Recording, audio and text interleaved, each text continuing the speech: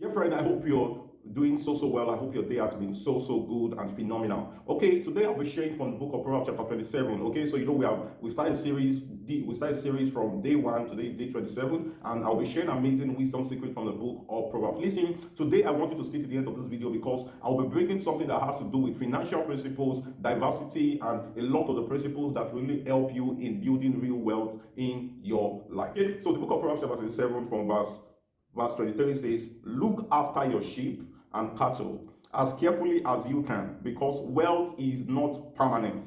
Not even nations last forever.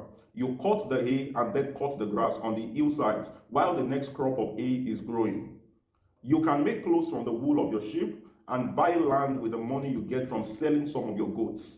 The rest of the goats will provide milk for you and your family, and for your servant women as well. For your servant women as well. Now, what's the king trying to say? He's trying to say that you should ensure, maybe for example, those sheep and the cattle can be a skill you have right now. The sheep and the cattle could be a job you have right now. He said that you should ensure that you look after them carefully and you begin to nurture them so well to a point whereby you can begin to earn more money from them. Maybe right now you're working at a job, and at that job you are fending for yourself. Yes, there are bills. Part of it, you should also make sure that you save and build personal development plans that can really help you make more money. Now, from that money you make, you can then go into an investment. If you have money, you can say, oh, you want to buy land. You can say, okay, you want to invest in a business, or you want to start a side hustle. He said that you should watch after them, and you should understand that wealth are not permanent. Wealth is not permanent. You see a lot of people who had yesterday, they made a lot of money yesterday, but right now they don't have anything to fall back on. And then you should understand that wealth will not always be permanent until you build a system to it. You see the psalmist says there, you see at the point you should make sure that the wool you get from your sheep, you can sew clothes with them, sell them. Sometimes the goats, when they begin to grow, they're giving birth. The adult ones, you can sell them and use the money to buy land. He's talking about the system of wealth, and that's how a lot of the wealthy people that you celebrate right now, that you know right now, that's how they live their life. They live their lives by diversity.